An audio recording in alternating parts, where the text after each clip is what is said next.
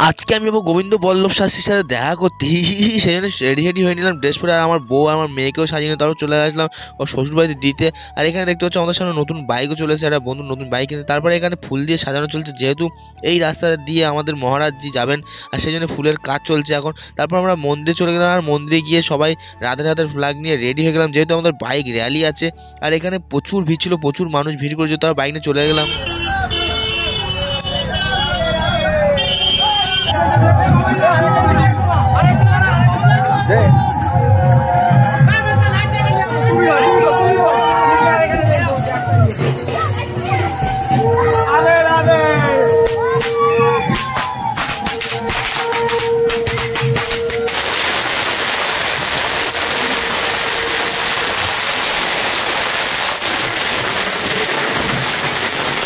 ভাই আমি এখন ব্যস্ত, তোমরা মিনি সাবস্ক্রাইব করে থাকো, বাই।